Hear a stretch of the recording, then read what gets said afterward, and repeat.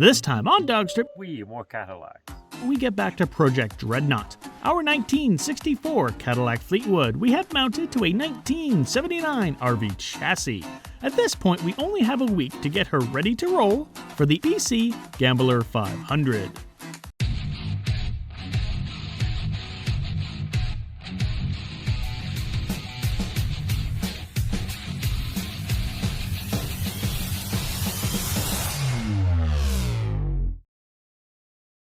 Welcome back to you, the faithful viewers. To the newcomers, welcome. This video is part 4 of our Project Dreadnought series. Be sure to go back and watch it from the beginning. Now, on with the episode. What do we get now? More Cadillacs. First things first, through the miracle of Facebook Marketplace, we head out into the local woods for some much needed Cadillac parts. So these old Cadillacs are so large, I actually have an echo. Echo, echo, echo, echo. It's crazy.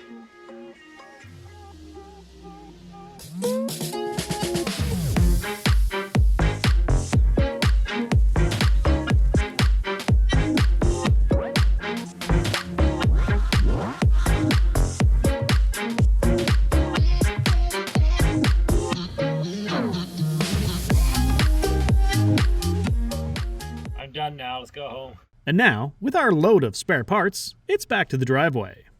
One DawgStrip hack that we've been doing for a while is expanding foam in rotten rocker panels. It fills the hole, it's quick, you sand it, you paint it, it's done. So, this stuff is black.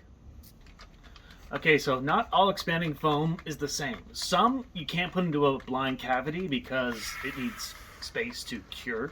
Another trick that we're going to do is make a little nest of masking tape so it helps catches and then you can mold it afterwards. Experts.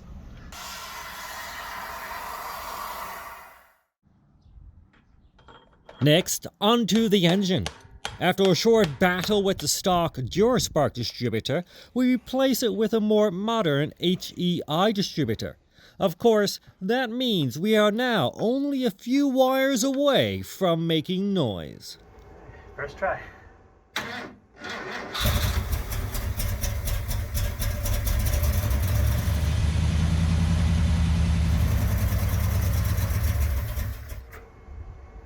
That ain't bad. Ooh, transmission went. Oh. I got some.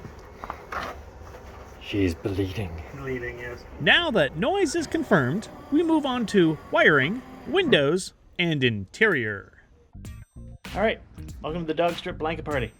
Where we have glue and fur. Pit my ride.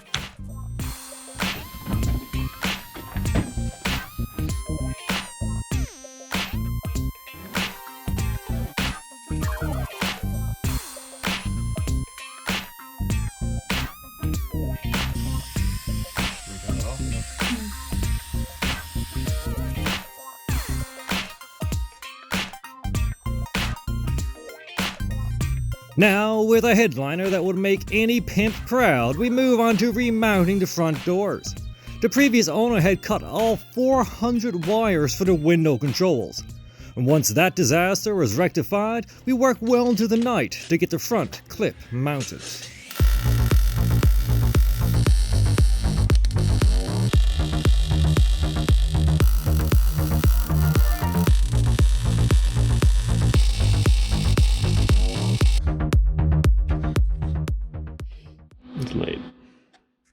Now the last day is upon us and the rush is real, and filming loses priority. We focus on important stuff like building our own side pipes, fluid levels, some last minute rust repairs. Patina is good, but rust holes is not.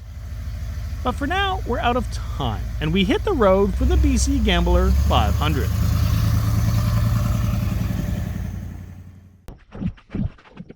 So the Gambler event has come and gone, and we've been so crazy the past few days leading up to it that we did no filming. When there's only 2 people doing the job, it's kind of difficult. But we're now going to pass this over to Kevin, so he can tell you all the amazing fun things that we did with this creation. We did a lot of things, so here we go. We built a car. All right, So now I'm going to kind of point out some of the things we built and some of the neat things about this car. For those of you that haven't noticed, this is a 1964 Cadillac Fleetwood. We mounted it on a 1979 Ford RV chassis. It has a 460 engine, C6 transmission, and a Dana 70 dually rear end. So here we go. One neat thing about this Cadillac is the turn signals. On the dash, you don't have indicators telling you that your signal lights are flashing. They're right here. They're on each fender. And as you're driving along, you can see this flashing if your signal lights are on. That's kind of cute. This is the Fleetwood crest.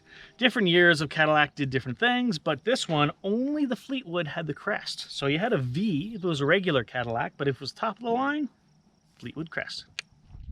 This car is also a 4-door hardtop, 4-door crew cab. But a hardtop means there's no B-pillar here at all. It's just wide open. It's good for cruising. That being said, this car also has 8 power windows. And you can see them all from Captain's Kirk Control Center right here. This entire door has switches. So many switches. They all work. You have 8 switches here for every window.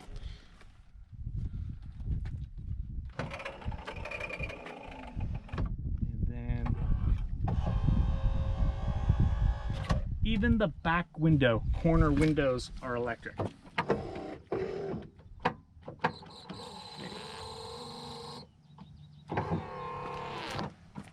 That's cool. Horrible thing about that is that this car, when we got it, this door was not attached. And all 28 wires here are not in a harness, which means they were cut by the previous owner. That took 3 days of frustration to figure out all these wires. Also controlled from the captain's chair here is the seat. The seat is electric. 1 motor, 3-speed transmission. Also a fun thing, this car is 1964. In Canada, seatbelts were not mandatory until 1965. This car has 2 seatbelts in the front. It came with nothing in the back. Who needs passengers? All right, if you want to come see the cockpit, nothing in here works. So again, in a rush, a lot of things were not fixed, not tested, not working. This car from 1964 had automatic temperature selection. You could select the temperature and it would maintain. Nothing of this works. We have no heater, no airflow, no nothing. Windshield wipers, never even tested, didn't bother working. Radio is something really goofy. It has a system that only ever worked once for us. Is you push a button and it automatically tunes to radio stations. It programs itself. That's crazy for 1964. Gas gauge, never had a gas gauge. Temperature gauge, we had an aftermarket one just so we could watch the engine. No speedometer, you know, it's not a speed freak, so we don't need to know how fast it's going. But the horn works. Everything in this car is metal. It's aluminum, it's steel, it's heavy. Glove box door, the latch broke, so we had to make one. This is what we made because if not, this thing is just gonna bash the passenger's shins. AKA mine. Okay, so again, everything on this car was kind of assembled and finished in a rush. This whole back bumper was just like thrown together in like the last half an hour. It's full length of the frame that the RV chassis was. We didn't know how much we were going to shorten it, so we just kept it full length. And this is the original bumper from the motorhome. We just needed something on here to be legal, and then we threw this plywood on here to cover the hole between the frame rails. Turned out to be a really good bar, but at the same time, it was just there for legal requirements. We also added the mud flaps that came from the motorhome. We added on some tow hooks just so we could drag other people along. They worked really well. Again, Cadillac. Because it's an RV chassis, it has dual tanks. This is the rear gas tank, but it's in the factory Cadillac position. It's really hard to get your fill nozzle in there. Other fuel tank is on the side. We have a vintage Richard Nixon bumper sticker.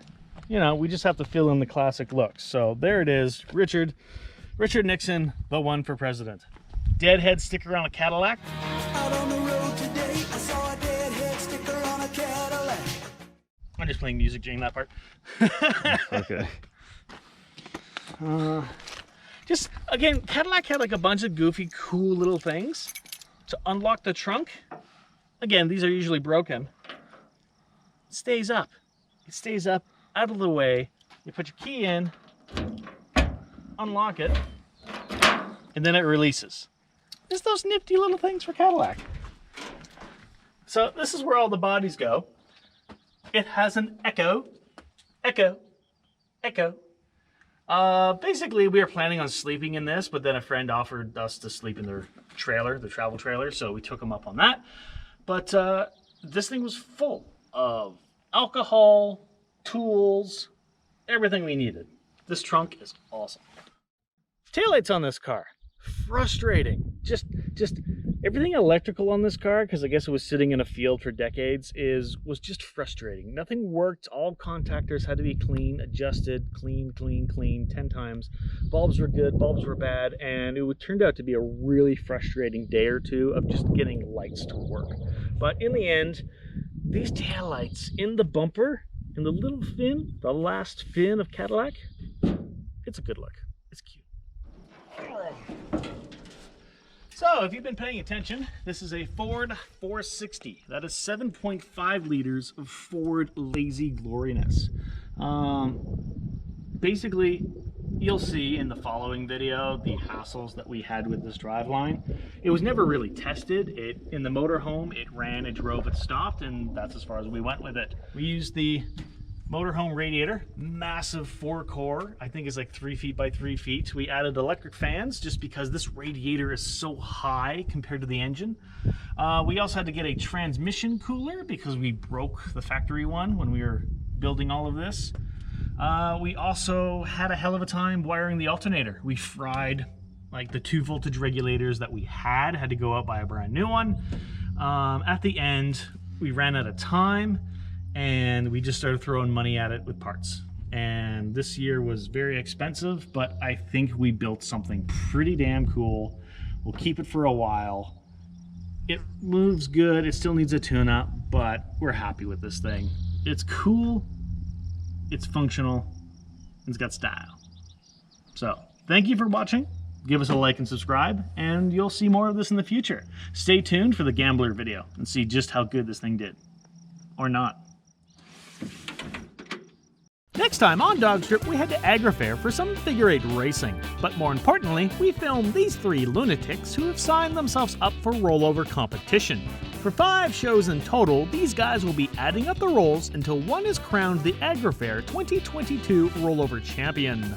Now, give us a thumbs up if you like what we're doing. Subscribe so you don't miss out on the next video. Did you start the camera? Why? Told me what? Being all bitchy?